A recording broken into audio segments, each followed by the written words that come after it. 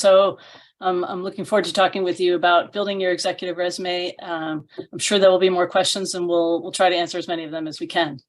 So next slide. So before I get into the kind of meat of the matter, I thought it would be helpful just to cover a few kind of intro points, a few things just to get out of the way in essence. So one question that I get a lot is, how long should the resume be? Or I may see a resume and it's, 4 pages, 5 pages.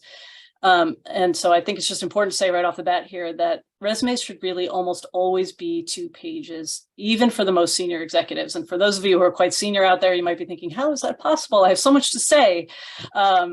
And so one way of thinking about it is to really highlight just the last, let's say, 10, 12, 15 years at the most. Because for a few reasons. First of all, you have limited space on the page and attention spans are short, so they're not going to, someone's not going to read necessarily a 5-page resume. Highlighting the most recent work is almost always most relevant. People want to know, your recruiters and hiring managers and leadership teams want to know, what have you been doing recently that's relevant to what you're going for now?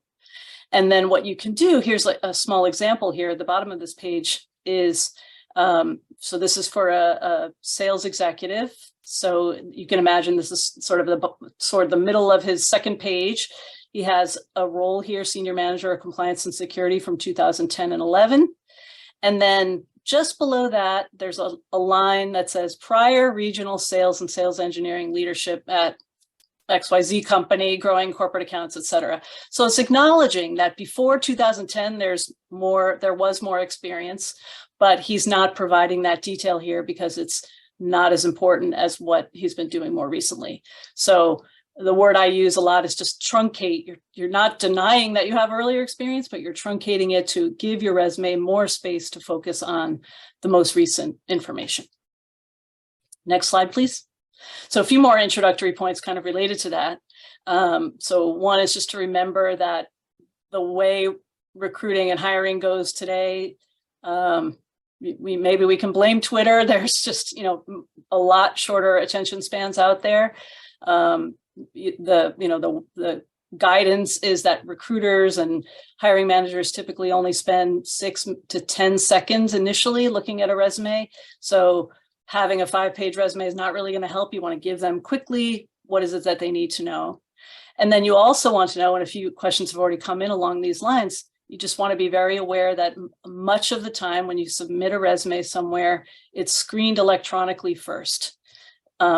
95, 98% of the time, certainly almost 100% of the time with large organizations. This, applicant tracking software will intake your resume and will screen it for certain words, company names, degrees, certifications, et cetera. So it's looking for certain information, and they're all different. A lot of them use AI now, so they're a little more sophisticated. But you want to be aware as you're creating your material that it needs to take into account not only the human reader, but the electronic reader. Another question I often get is just, what about format? Should I keep it plain black and white? Should I just keep it kind of straight? And so the guidance on that is you can use some color and some graphics sparingly.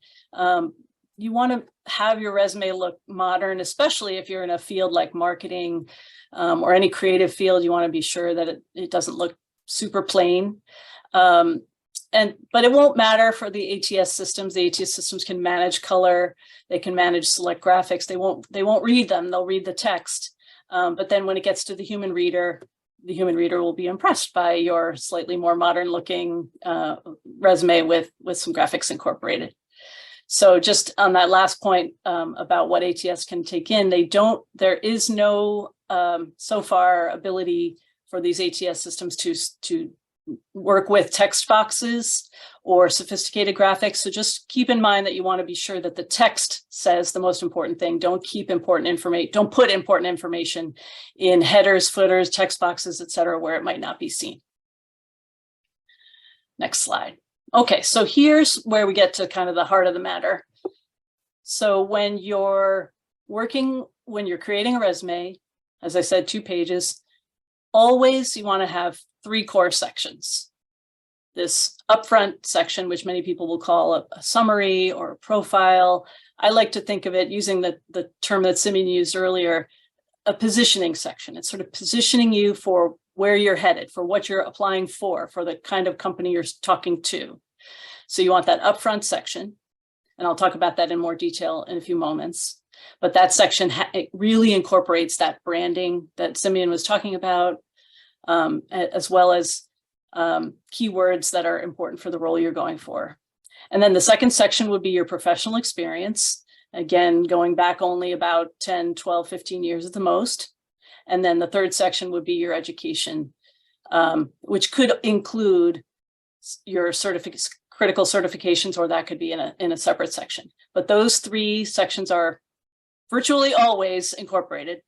And this example on the right is just, what it looks like at the start of that resume you see. And I'll get into the positioning section again in a moment.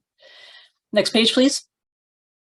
So then there might be for some of you, there might be some additional sections if relevant. So those might be board leadership roles you've had, and those could be for-profit or not-for-profit boards, or other leadership roles, perhaps inside your company or in the community. They might be key licenses and certifications. So to the right here, you see an example. This is a hospital administrator leader, and he has clearly some licenses that are relevant, some training that's relevant to his role, as well as some additional leadership and recognition. But you might have professional affiliations, you might have awards, you might have patents if you're in a software engineering kind of role or a product development kind of role. So you think about kind of what is your field and what is most critical for those you're positioning yourself for to see about you. It's always going to be that top summary or positioning section, experience and education, and then you may or may not have some additional sections that are relevant. And Kathy, I would just say also as well that, often these are kind of our babies, right? These are certifications that you've worked really hard for, and people just don't appreciate how much work you've put into that. And so the name of the game is, how do we then differentiate what the priorities are? And one of the things I always say is that if you're just jumping around as far as, board examples here and sort of you're part of this affiliation here, it doesn't tell a very cohesive story. It actually dilutes the message because it doesn't really focus the recruiter on, so what do these certifications have to do with anything, right? But if you group 3 or 4 of them together in sort of the first couple, and they make sense, right? They're all related to maybe management or leadership. And this in third or fourth might be, technology related affiliation or accreditations. That makes more sense. So just be careful that this section doesn't dilute the rest of your resume, because sometimes that happens, right, Kathy? Agree. Yes, very, very, very well said. I noticed there was a question about what about a one-page resume? And I'll just make a couple of points there. So depending on where you are in your career, a one-page resume could be appropriate.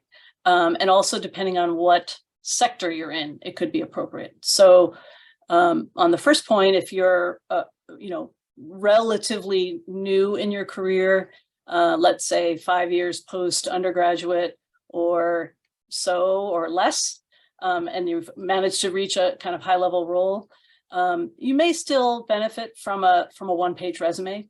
Or let's say you've worked at one company for a while, maybe 10 years or so, in more or less the same role with maybe like one promotion.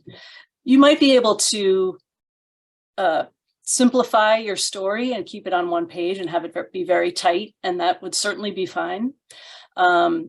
Most of the time, in terms of BlueSteps members, they're fairly advanced in their career, sort of mid-career executive level, and there's just a lot of roles, a lot of story to tell, and it to try to capture that on one page can end up working counterproductively and have them not really be able to present their best foot forward because they can't say enough about their brand as well as their achievements. So you just have to think about where you are in your career. And then as far as sectors go, there are a couple of sectors, for example, law. My understanding is that the top law firms really only want a one-page resume, and they don't want all the details in terms of achievements. It's just sort of where have you been and what years and what was your title and where did you go to school? that's the end of it. That's fine. So you want to know what's appropriate for your field. But I would say for the vast majority of BlueSteps clients that I've worked with, a 2-page resume makes the most sense. So that's helpful. Next slide, please. So I said I'd come back to the that top positioning section, that summary section. So just a few points here, and there's really no rule about how this should be done. Each person is their own individual, they have their own individual story. And so it's hard to kind of have a hard line about exactly how to do this. You want to think through those questions that Simeon was sharing earlier about what is your brand, what have you achieved, what are the things you want somebody to know about you, and then craft the positioning section that makes the most sense for you. But general guidelines are to have about 3 to 5 points that summarize the value you'd bring to your target role. So this particular vice president of sales, there are 5 points here with those checkmarked points. And these are his kind of key differentiating aspects of him that highlight not only the value he brings, but what are his what areas of expertise does he have, and some aspects of what he values and his style and personality and approach as a manager. So there's, this is how it worked out for him. It might be fewer for you. Probably longer doesn't make much sense because then it ends up, taking up a lot of space before the reader can get to your experience section. The other key piece to highlight here is that you really want to incorporate the keywords. So, to the points we were having earlier about the ATS systems, both for the human reader and the ATS reading, the ATS intake of resumes, you want to be sure that certain terms are reflected in this positioning section and throughout your resume that are highly relevant to the role you're going for. So in this particular person's case, business development, key account management on the side there, but also across the top, enterprise software, cybersecurity solutions, digital transformation. These are all terms, keywords that are highly relevant to the kinds of roles he was pursuing. And so you want to think through not only what is your expertise, but what, as you look at the postings, as you look at recruiter profiles that are sent to you, what are these organizations looking for the roles that you're pursuing, and make sure that those terms really stand out. And then the last point, one last point there, which is we often get questions about objectives. And you may have seen and it used to be fairly typical in resumes to have an objective, like my objective is, seeking XYZ kind of role. That has become considered not the right approach to a resume these days, that you don't want to highlight kind of what you want, but rather you want to present who you are in relation to what the hiring company, the hiring organization wants. So the best bet is to present your value, your brand, your story as, here's who I am, here's who you're dealing with. And implied in that is, of course, that's your objective. Of course, this gentleman's objective is to achieve a high-level sales executive role. So it's understood, but without him ever having to say it directly. And Kathy, just one last thing here is I really love the way that you've structured this as far as using the active verbs to kind of describe each one of the check marks there. I like to think of it as you can categorize your bullet points into 3 areas, and I think before we put them down, whatever you write, we think about kind of what we're trying to communicate, right? One is competency, right? So when you write something down, it might be, how effective have you been? How did you run this particular program? How did you lead this team? The second thing is personality, right? There's something about like collaborative, collaboration, cross-functional management, despite, difficult politics. And the third one is value. So what are your values? And that speaks to what it's like to work with you, right?